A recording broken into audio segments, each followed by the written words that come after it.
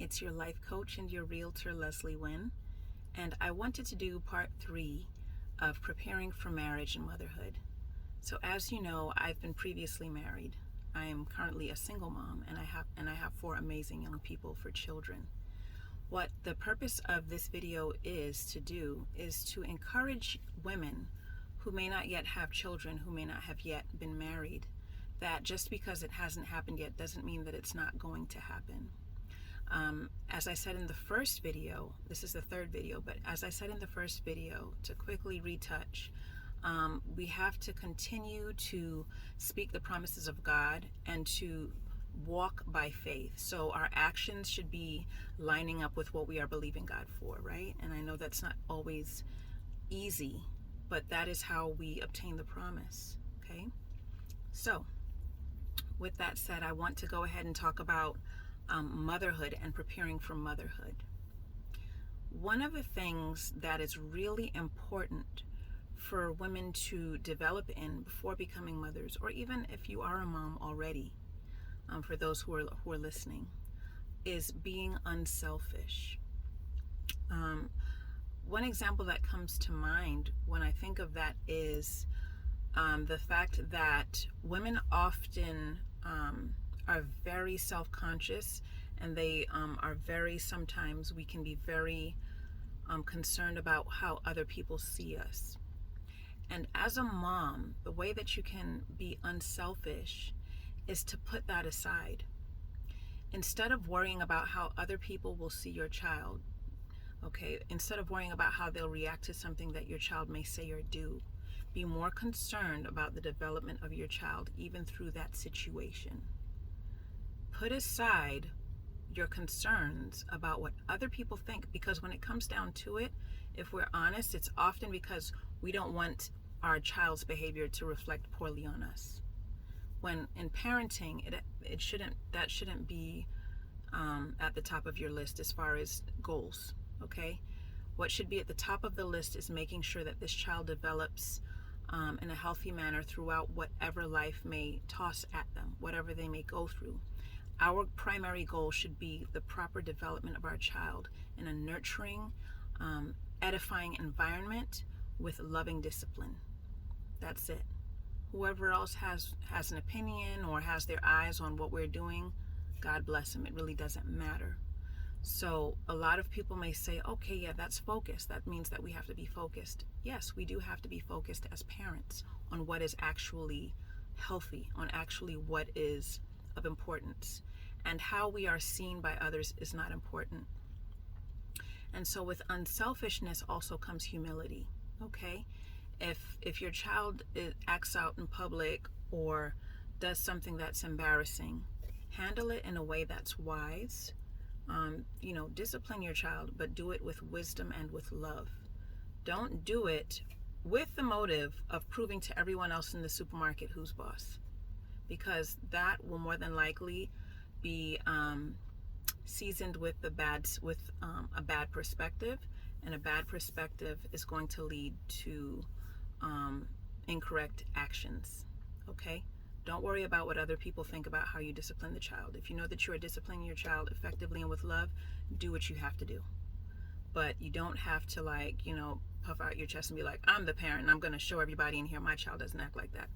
That's not necessary. Okay? So we have to make sure that our focus is in the right place, that we are humble, and that we are unselfish. Another thing that I think, let's see, what else would I like to point at? Your children. I know a lot of people like to say it, but as long as you know it's not true, and the reason why I'll get into this, I'll touch on it. Our children, my daughter is not a mini-me. None of my kids are mini-me's.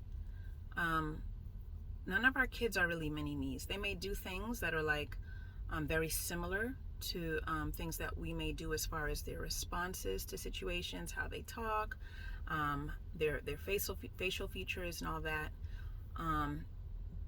But we just want to be careful with that. And the reason being, saying that to a child hearing that can actually be placing, and we may not even notice this, and they may not admit to it, but it may place pressure on that child to perform to a standard that they may not have even been meant to perform to. Meaning, the way that God designed your child, it may not be to live up to some standard you have for that child.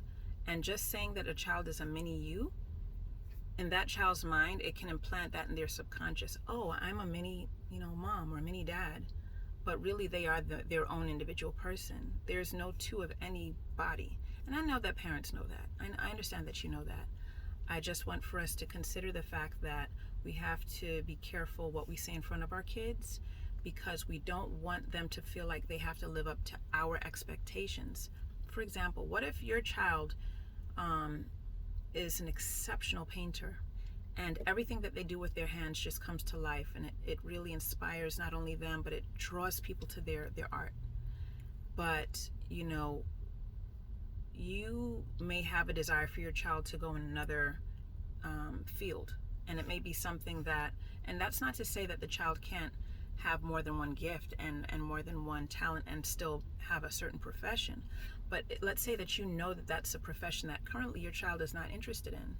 Let's not try to impose on our children our desires, trying to live vicariously through them. Let's look at the gifts that God has given them and show them how to nurture those gifts and how to grow in those gifts. Okay? That also goes back to being unselfish, right? Because we have to allow them to discover their own gifts and talents and what makes them feel like getting up every day. It doesn't mean that we aren't supposed to steer them in a direction that we know is healthy for them, encouraging them to, pursue an education. But we also have to be mindful of the fact that everyone is not necessarily called to go to university. Like, that's not every single person's calling, and we have to understand that. All the while praying for your child, asking God to give them wisdom, guidance on how to make decisions that are best for them. But we also need to make sure that we are nourishing the gifts that they have. Okay, not trying to have them follow in our footsteps or not follow in our footsteps and do something that we feel that they are capable of doing, but they actually don't even want to do. So I'm moving up in the line, but just bear with me. So parenting, just like marriage, has a lot to do with being unselfish, being humble, okay, being willing to learn new things, because that child is going to be not only your responsibility to teach, but that child is going to teach you a lot as well. You never met this child until this child was born. You don't know all of what God has placed in this child. You don't know the calling necessarily on that child's life. You're going to be learning that child just as much as that child is going to be learning you, right? So anytime you are placed in relationship with anyone, whether it's a spouse, a child, or any other person, you are learning as well. We have to be willing to be students of life. We have to be willing to be students of life. I will continue. I see my son coming. I will continue this at another time, but I hope that this blesses you, inspires you, motivates you, and reminds you that there is so much more to life than just putting things out. Hey, boo. But putting things out as far as information, but there is also so much information that we are to learn and to gain and to grow from. Love and blessings to all of you.